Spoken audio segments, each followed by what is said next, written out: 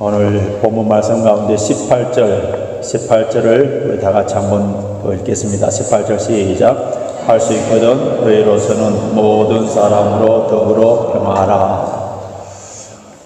우리 인류의 역사를 돌이켜보면은 전쟁과 폭력이 그치는 날이 없었습니다. 우리 인류 역사가 문자로 기록되는 날부터 시작해서 오늘날까지 그 역사의 책에는 전쟁으로 말미암아 페이지마다 이렇게 빗자국이 얼려져 있다고 할 수 있는데요. 그동안 종교전쟁, 식량전쟁, 자원전쟁, 영토전쟁, 이데올로기 전쟁, 인종전쟁, 이런 다양한 이권과 목적을 가지고 수많은 국제적인 또 국내적인 소수민족 간의 그러한 갈등으로 말미암아 전쟁이 일어났는데, 지금 우리가 여기에서 편안하게 예배를 드리고 있습니다만, 그러나 러시아와 지금 우크라이나는 전쟁 중이고요.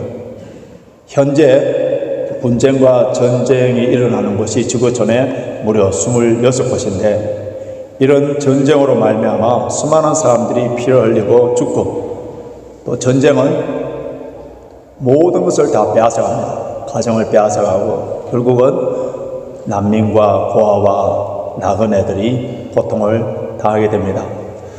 국제관계를 연구하는 영국의 경제평화연구소가 해마다 발표하는 세계평화지수라는 것이 있습니다.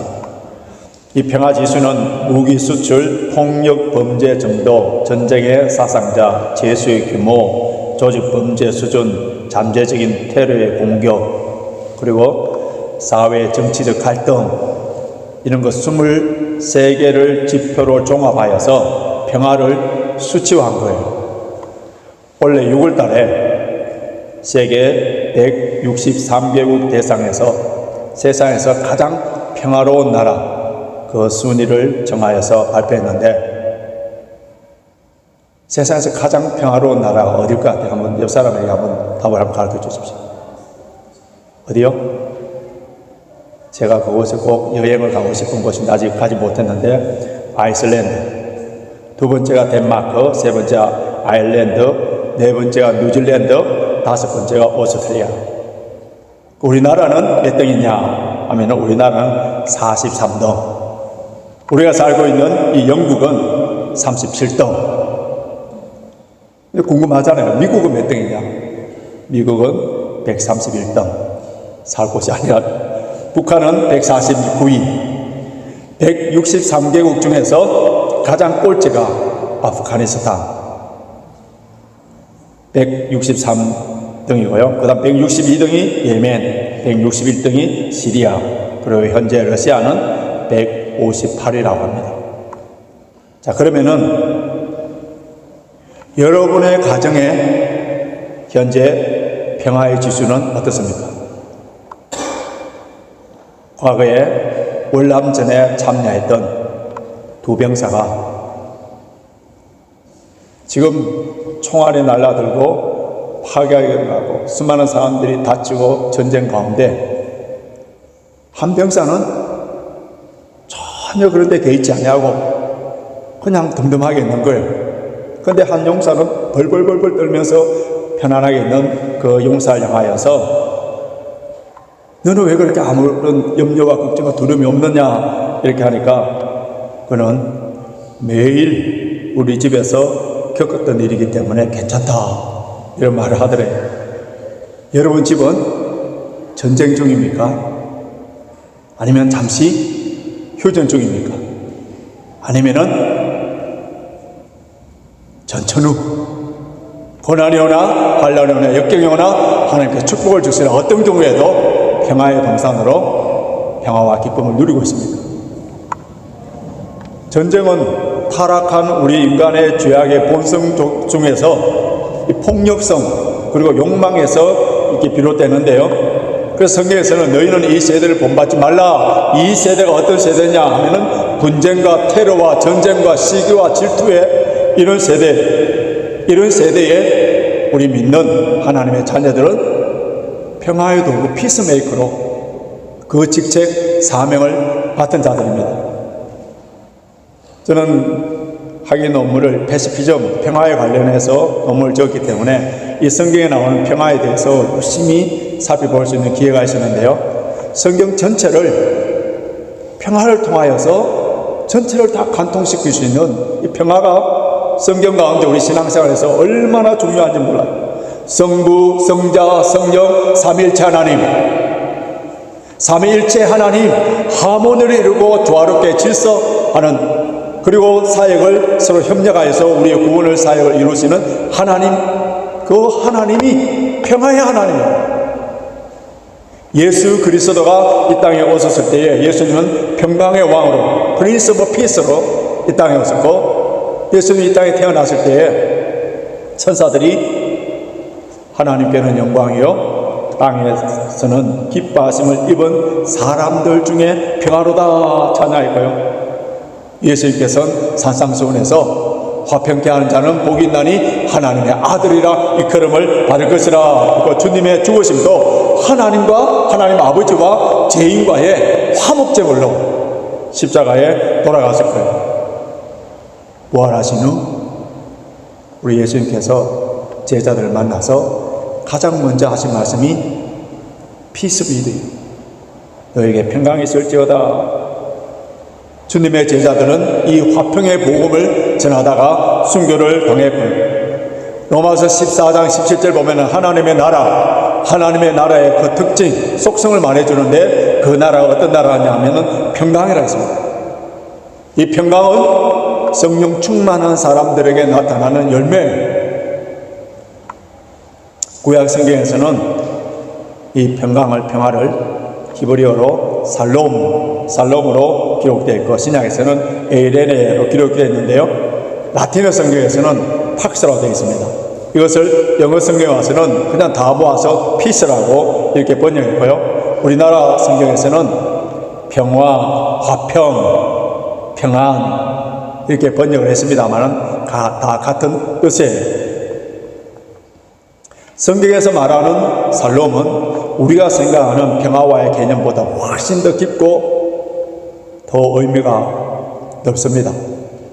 그래서 우리 삶의 총체적인 평안을 누리는 상태인데, 몸과 마음, 삶의 모든 조건들이 안정되어 있고 인권이 보장되어 있고 자유를 누리며 고통과 갈등이 없는 그런 상태를 살롬이라 합니다.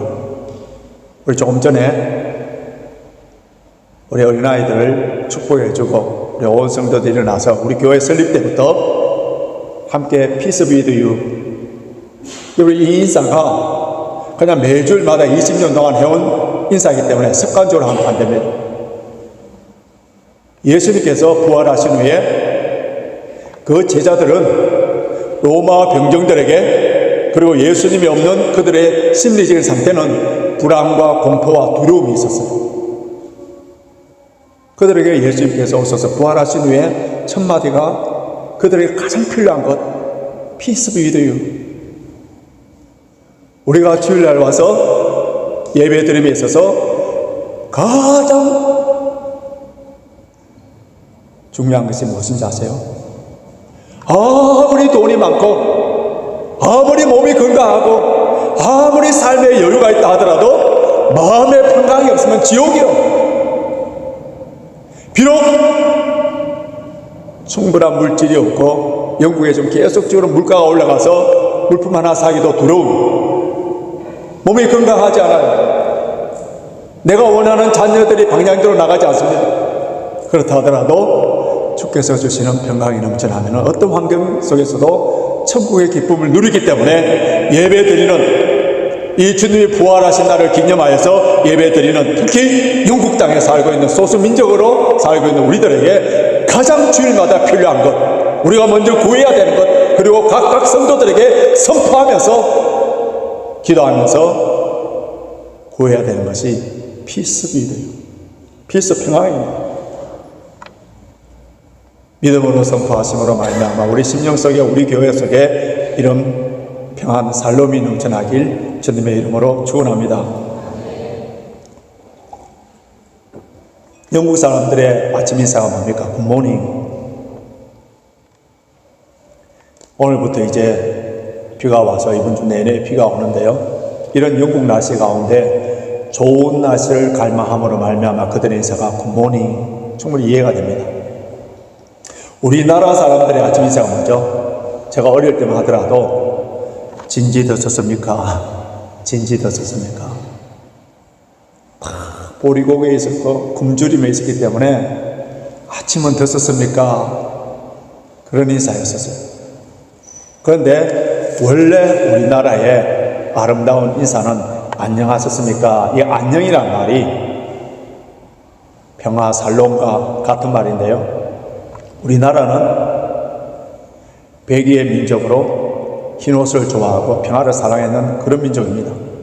그런데 제가 어떤 역사적인 자료를 찾아보니까 우리나라 신라시대 때부터 시작해서 일본의 강점기, 일본이 우리를 침략해서 제국주의로 이렇게 나라를 점령할 때까지 우리나라는 주변의 나라를 통하여서 931번의 침입을 당했었어요. 그러니까 우리나라 사람들은 밤새 안녕하셨습니까? 밤새 안녕하셨습니까? 이런 인사가 자연스럽게 나왔던 거예요. 우리나라만 그런 것이 아니라 이스라엘 사람들도 우리나라처럼 주변에 있는 많은 나라들의 침략을 받았기 때문에 그들에게 가장 필요한 것이 살롬이었어요. 여러분, 전쟁은 생명을 빼앗아가고 가정을 파괴시키고 일상적인 삶을 다 무너뜨리고 이 전쟁의 공포와 불안 속에 있는 사람들에게 가장 필요한 것이 평화였기 때문에, 그래서 그들은 살롬을 외치고 살롬을 기도하면서 살았던 거예요. 이런 평화를 갈망하고 있을 때에 지금 북쪽 이스라엘은 아수르에게 멸망당해버리고 남쪽 유다는 지금 신흥하고 있는 바벨론의 공격을 받고 있는 그 상태에서 그때에 이스라엘 백성들에게, 유다 백성들에게 이사야 선지자가 나타나서 그들에게 평화를 외칩니다. 그 평화가 이사야 11장 6절에서 9절에 나오는데 앞에 화면을 보십시오.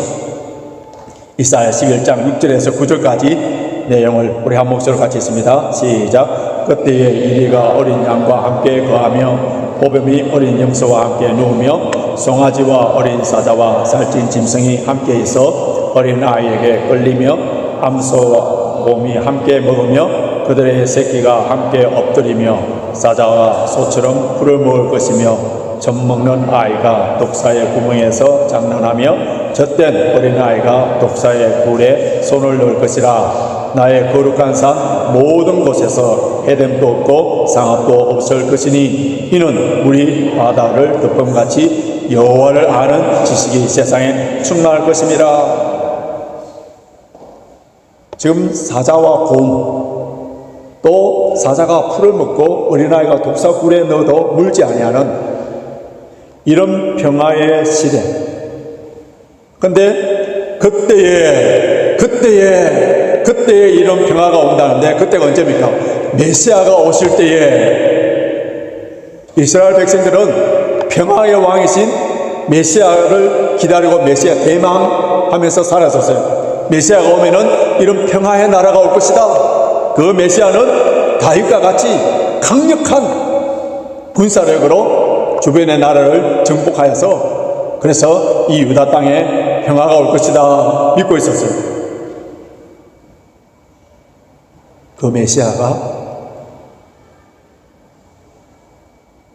하나님의 약속에 따라 오시는데 백마를 타고 군사를 거느리고 예루살렘에 오시는 것이 아니라 가장 가난한 동네에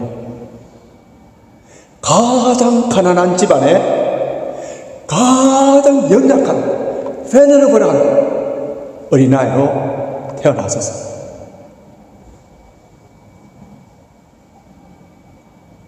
그 당시에 잘못된 메시아 대망 사상, 그 사상을 개념을 고쳐주시면서 칼을 쓰는 자는 칼로 망한다 하시면서 참된 평화는 하나님께서 다스려 주시고 하나님께서 통치하시는 곳에 평화가 임하기 때문에 회개하라, 천국이 가까웠느니라. 회개하는 심령에 천국이 임한다. 그들이 생각했던 메시아 개념과 완전 다른 그런 관점에서 메시아가 오셨어요. 신약 성경을 복음서와 또 서신서로 이렇게 나눌 수 있는데, 이 서신서의 편지의 수신자들에게 평화를 임하기로 원하는 그 기도문이 한 30번 정도 나옵니다. 그 중에서 15번은 어떤 패턴으로 되어 있느냐 하면 이렇게 되어 있습니다. 하나는 우리 아버지와 주 예수 그리스도를 쫓아 은혜와 평강의 길을 원하노라. 이 기도문을 통해서 알 수 있는 것은 평화의 원천, 소스, 출처, 그게 어디라는 거예요? 하나님과 그리스도라는 거예요. 성경에서는 사회적인, 정치적인, 군사적인 평화가 아니라 하나님과 화해한 사람, 그리고 사람들과 화해를 통하여 임하는 그 평화를 말하고 있는데요, 하나님으로부터 주시는 그 평강을 이미 받아서 누리는 사람들에게 하나님께서는 사람들과 화목해 하는 직책을, 사명을 주셨어요.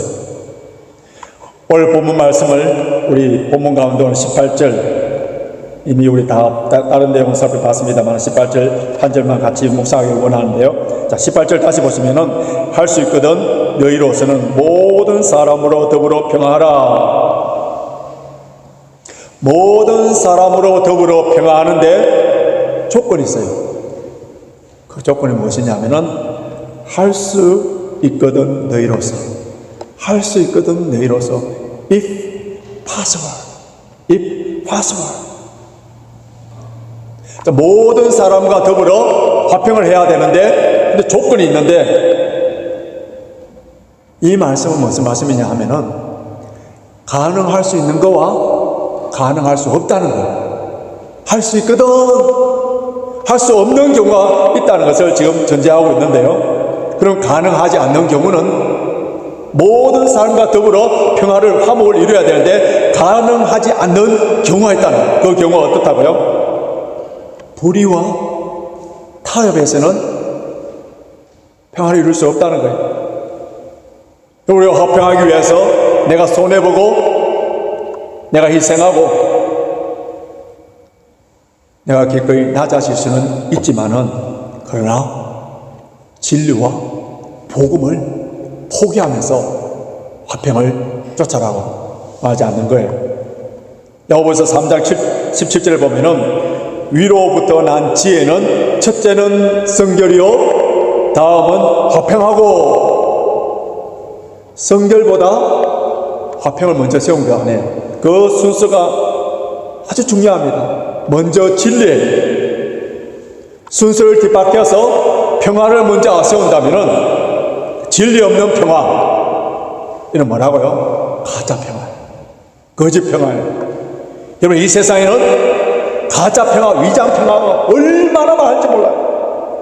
평화라는 말을 다 같이 쓰기 때문에 같은 줄 아는데 안에 그 퀄리티, 그 원천 완전히 다릅니다. 사탄 또 평화라는 단어를 사용하여서 수많은 사람들 미워가는데, 우리나라 전 세계적으로 알려진 이단, 가장 큰 이단 문선명의 통일교, 요즘은 통일교를 하지 아니하고 세계 평화 통일 가정 연합 이렇게 호칭을 바꿨는데요, 이 이단의 최대 구호가 뭔지 아세요? 평화예요. 그들이 북한 땅에 자동차 회사를 세웠는데 그 자동차 회사가 평화자동차입니다. 돈을 주어서 교수들을 매수했는데 진리와 학문을 위하여서 가난하더라도 그 교수에 걸어가는 것이 명예고 멋인데 그 돈에 다 팔려서 그 통일교에 들어갔던 그 교수의 교수회의 이름이 세계평화교수협의회예요. 오늘 수많은 사람들이 평화를 외치지만은 그 평화에 미혹돼서 이런 이단에 빠지는 경우들이 보는데요. 예수님 당시에도 힘을 숭상하는 로마도 가장 강조했던 것은 평화예요. 팍스 로마나. 지금은 미국이 평화를 주장하는데 팍스 아메리카나. 자, 이런 나라들이 주장하는 평화가 어떤 평화예요? 힘의 논리. 힘의 논리 속에 약자들을 정리하는 것. 패권주의의 평화. 이런 평화를 예수님께서 말하는 평화 아니고 가짜 평화예요. 자국의 이권을 위하여서. 하나님께서는 진리 안에서 주 안에서 평화하라, 화평하라 그렇게 말씀하셨는데요. 갈라디아서 2장을 보면은 예수 그리스도를 믿는 유대인들 중에서 예수 그리스도를 믿음으로 말미암아 구원을 받는다는 믿는 사람이 있는데 그 중에서 열렬한 유대주의자들이 있었어요. 예수를 믿고 구원을 받는 걸 맞는데 그런데 조상 대대로 내려온 할례를 받아야만이 온전한 구원이 된다고 이렇게 주장하는 사람들이 있었어요. 그런데 베드로가 안디옥에서 그 안디옥에는 유대인들이 아닌 이방 사람들이 예수를 믿고 교회를 세운 그곳에서 할례를 받지 아니하는 그리스도인들과 함께 식사를 하면서 교제를 하고 있었습니다. 복음 안에서 이방인이든 유대인이든 가진 자든 가난한 자든 다 하나라는 얼마나 멋있습니까?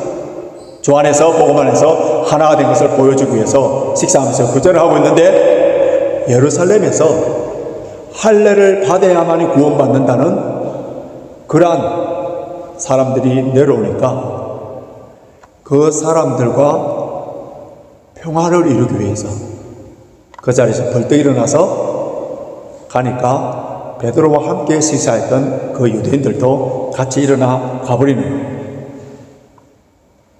이것을 본 바울은 예수님의 수제자, 믿음의 대선배요, 초대 예루살렘 교회의 수상처럼 서임받던 그 권위 있는 베드로지만 그 현장에서 강하게 책망합니다. 아주 강하게 책망합니다. 여기서 우리에게 주시는 교훈이 뭡니까? 진리는, 복음은 타협하거나 변질시켜서는 안 된다. 컴프로마이즈 하거나 디스토티드 되어서는 안 된다는 거예요. 비록 바울이었지만은 그 베드로가 그 현장에서 실수할 때에, 복음에 어긋나는 짓을 할 때에 바로 직책을 해버리는 거예요. 외국인 모슬렘인 사람과 크리스찬 자매가 결혼하여서 함께 살다가 아이를 낳고 생활하다가 처음에는 이 남편이 그 와이프 보고 교회 가라고 한 거 자유롭게 가라 했고 그러다가 아이들이 자라고 생활하면서 이제 서서히 본색을 드러내기 시작합니다. 주일날 아이들과 함께 놀기 위해서 같이 시간을 보내기 위해서 이제 교회 가지 말라고 하는 거예요. 근데 그 자매는 가정의 평화를 위해서 교회를 나가는 일을 멈추겠다고 선포를 했습니다. 여러분, 이것이 진정한 평화입니까? 일시적인 편안함은 제공받을 수 있지만은 스스로 멸망의 길로 가는 것. 이것은 가족 사랑이 아니에요. 아주 비겁한 타협. 우리나라가 일제강점기 때에 일본이 대대적으로 우리 기독교를 핍박했습니다. 그 중에 가장 큰 것은 신사참배하라는. 근데 우리 그리스도인들은 어떻게 우상에게 절을 합니까? 그래서 순교를 당하며 감옥에 가며 만주로 산으로 쫓겨다니고 많은 핍박과 환난을 당했었어요. 뭐 때문에? 신앙의 지조, 복음, 진리를 지키기 위해서. 그런데 많은 목회자들과 성도들이 그 핍박을 피하기 위해서 신사참배에 굴복했습니다. 심사참배하는 동안에 그 탄압을 피하여서 도망가거나 감옥 가거나 핍박을 당할 필요가 없었어요. 그들은 편안하게 신앙생활을 할 수 있었습니다. 여러분, 그들이 누렸던 것이 진정 성령께서 주시는 평안입니까? 진리 안에서, 복음 안에서 모든 사람과 더불어 화평을 이루기 위해서는 대가를 치러야 됩니다. 예수님께서 하나님 아버지와 죄인인 우리들을 화목시키기 위하여서 십자가에 죽었었어요. 예수를 믿고 예수를 따르는 하나님의 자녀들, 예수 따르미들이 주님을 따라가면서 나의 정욕과 욕심과 교만, 자랑 이런 것들을 십자가에 못 박지 않고는 어떻게 화평케 하는 자가 될 수가 있겠습니까? 평화가 임하는 곳에는 반드시 순교자가 있어야 됩니다. 자기를 죽이는 순교자가 있을 때에 그때 평화가 임하는데, 교회 공동체도 마찬가지예요. 가정도 마찬가지예요. 내 자존심, 내 주장, 자기의 똑바로 세우고 살아보십시오. 절대로 그것에는 평화가 임할 수 없는 거예요. 그래서 성 프란시스는 자기가 평화의 도구가 되기 위해서 자신이 어떠한 존재가 되어야 될 것인가를 깨닫고 하나님께 이런 기도를 합니다. 앞에 화면을 보십시오. 성 프란시스의 평화의 기도 우리 같이 한번 읽어보겠습니다. 시작. 주여 나를 평화의 도구로 써주소서. 위로받기보다는 위로하며 이해받기보다는 이해하며 사랑받기보다는 사랑하며 우리는 줌으로써 받고 용서함으로써 용서받고 자기를 버리고 죽음으로써 영생하게 하소서. 여러분, 평화의 도구가 되는 일이 결단코 쉬운 일이 아니에요. 결단코 쉬운 일이 아니에요. 그래서 프랭클린 루즈벨트 대통령의 그 부인인 엘리너 루즈벨트가 미국의 목소리라는 그 방송을 통하여서 이런 말을 했는데 한번 들어보십시오. 평화에 대하여 말하는 것만으로는 충분하지 않습니다. 그것을 믿어야 합니다. 그것을 믿는 것만으로는 충분하지 않습니다. 그것을 실천해야 됩니다. 라고 연설한 적이 있는데요. 수많은 사람들이 평화에 관해서 말하고 평화를 노래하고 평화를 좋아합니다. 그러나 이 평화를 위하여서 희생하며 수고가 따라야 됩니다. 사막에 가면은 포화라는 그런 아주 자그마한 풀이 있는데요. 키가 5cm입니다. 근데 키가 5cm인 그 풀의 뿌리가 600m까지 뻗어서 물을 찾는데요. 어떻게 보면 평화는 포화풀과 같은 거예요.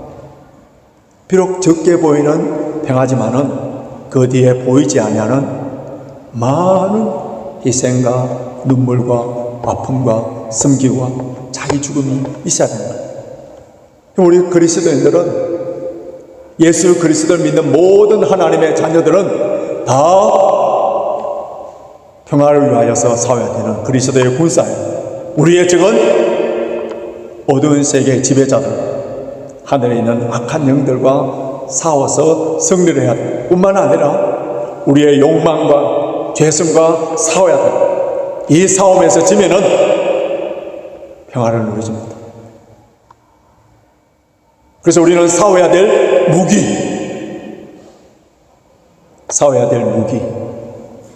분명히 하나님께서 가르쳐 주신 말씀과 기도, 성령의 검인 말씀과 기도,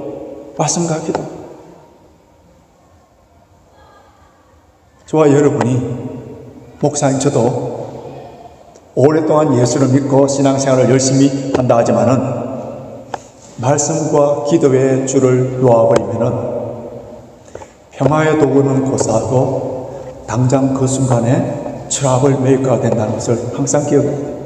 별 수 없는 인간이에요. 말씀과 기도에 손을 놓아버리고 말씀과 기도에 연약해지면은 나는 아름답게 평화를 위하여서 말도 하고 평화를 위하여서 섬기고 서로 화목하기 위하여서 두 사람을 잘 화해시켜주는 것처럼 보이지만은 말씀과 기도를 떠난 내 생각과 내 방법으로 했을 때는 평화가 아니라 트러블 메이커로 만드는 별 수 없는 인간인 것을 깨달아. 그래서 우리는 말씀과 기도, 이제 가을 신선한 계절이 왔었어요. 말씀과 기도, 신앙의 본질인 말씀과 기도로 다시 돌아갈 때에 내 말 한마디, 아니 내 웃음 하나, 내 뒷모습 하나까지도 성령께서 역사하심으로 말미암아 피스메이커가 될 수 있는 거예요. 잠언 16장 7절 보면은 사람의 행위가 여호와를 기쁘시게 하면 그 사람의 원수라도 그를 더불어 화목해 하시느니라. 우리 인생의 모든 문제, 하나님과의 먼저 화목의 관계가 우선순위예요. 말씀에 순종하고 하나님과 나와의 맡긴 담들이 무너지고 기도로 하나님 뜻에 순종해 나갈 때에 나의 존재와 나의 사역과 나의 삶의 모든 부분들이 평화의 도구로 아름답게 쓰임 받습니다. 말씀과 기도를 통하여서 우리는 날마다 자신을 쳐서 복종시켜. 너희 중에 싸움이 어디서부터, 다툼이 어디서부터 나느냐? 너희 지체 중에서는 싸우는 정욕으로부터 나는 것이 아니냐? 내 속에 정욕, 욕심, 탐심, 이를 물리칠 때 우리는 평화의 도구로 피스메이커가 됩니다. 지난주 화요일 날 새벽 기도 주어진 본문, 성서 윤회원에서 나오는 매일 성경에서 그 순서에 따라 하기 때문에 주어진 본문이 열왕기상 4장 20절에서 34절입니다. 이 내용은 본문에서는 솔로몬이 받은 축복들의 리스트인데요, 얼마나 하나님께서 풍요롭게 부어주셨던지 솔로몬의 지혜는 동양의 모든 사람의 지혜와 애굽의 모든 지혜보다 뛰어났다. 이 본문을 제가 묵상하면서 그러면서 함께 나누었던 말씀은요, 하나님께서는 솔로몬에게 지혜만 주신 것이 아니라 넓은 마음도 주셨다는데 그 넓은 마음이 바다의 모래같이 하셨다 했었어요. 현대인 성경에서는 바다의 모래알처럼 청량할 수 없는 넓은 마음을 주셨다. 목사인 제 마음에 이런 넓은 마음을 주셔서 성도들이 어떤 비방, 어떤 인격의 모독지 업신여기거나 무시를 하더라도 다 품을 수 있는 바다와 같은 넓은 마음을 달라고 기도하기를 원합니다 라고 새벽 기도 때 말씀을 전했더니 그날 새벽 기도에 참여했던 분들 가운데 성령님께서 타치를 해주셨어요. 죽고 사는 문제가 아니고 진리와 복음의 문제 아닌데도 사소한 일 때문에 좁은 마음으로 남편을, 아내를, 자녀를, 부모를 사랑하지 못하고 이해하지 못하고 옹졸했던 그 마음을 눈물로 회개하는 그러한 일들이 있었습니다. 여러분, 남편을 사랑하세요? 아내를 사랑하세요? 자녀를 사랑합니까? 부모님을 사랑합니까? 교회를 사랑합니까? 사랑이 뭐예요? 고린도전서 13장에서는 사랑에 대해서 분명히 가르쳐 줍니다. 사랑은 오래 참고, 사랑은 오래 참고 모든 것을 견딘다니라. 사람은 넓은 마음입니다. 성경에서는 교만을 가장 큰 재앙으로 보는데요. 성경에서 가르쳐주는 교만이 뭔지 아세요? 조급한 마음이에요. 조급한 마음, 인내하지 못한 것. 이것이 성경에서는 교만이라고 정의를 하고 있는 거예요. 교만은 패망의 성공입니다. 하나님께서 가장 싫어하시는 그런 죄랍니다. 사랑하는 성도 여러분, 오늘 로마서 12장 18절에 다시 한번 본문을 보십시오. 할 수 있거든 너희로서 모든 사람으로 더불어 평화하라.